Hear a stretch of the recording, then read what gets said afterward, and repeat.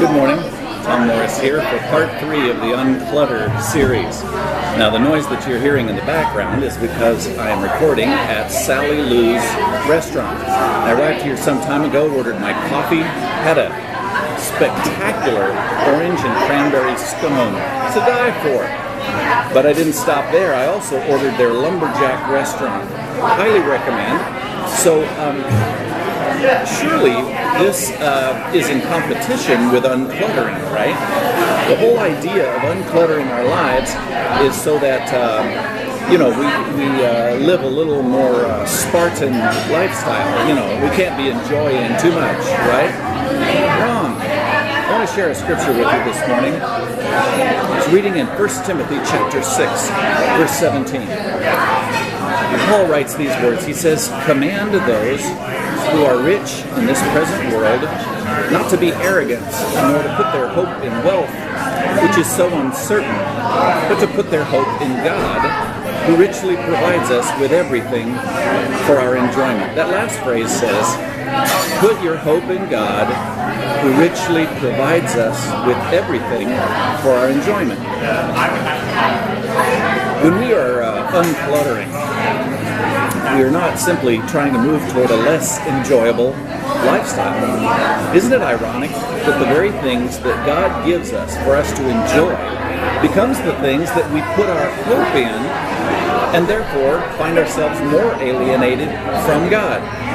Well, God knew this, and that's why He has it in His book, this caution, not to keep us from enjoying life, but to help us to enjoy it more, both this life and the life to come.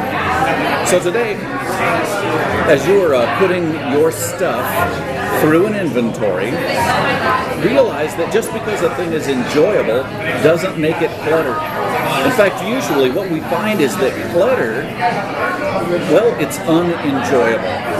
My dad was describing to me what happens when he gets too many work projects, and his descriptive language was, they start mashing in on you. And that stuck in my mind because I resonated with it. You get too many projects, you get too many toys, you start being concerned for where to store them. Are they covered well? Are they rusting? Are they start mashing in on you. God knew this. And so He wanted us to realize that what He's given us, He gives us for our enjoyment. God enjoys you enjoying His gifts. Is He really less of a loving parent than us parents who give a gift to our children, and as we watch them unwrap it, as we watch them enjoy it, do we not enjoy that? Of course God does too. He doesn't have a problem with stuff. He created it in the first place.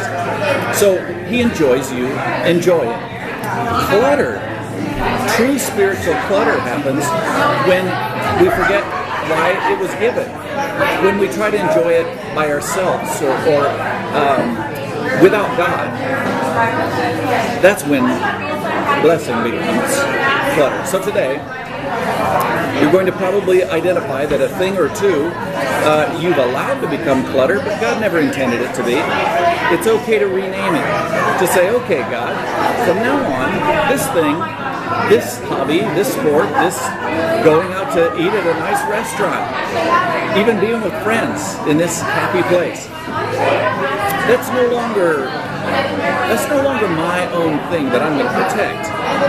I'm going to share this with you. This stops being clutter, starts being blessing, and your life starts being a whole lot more fun. This is Tom on location. Hope you have an uncluttered day.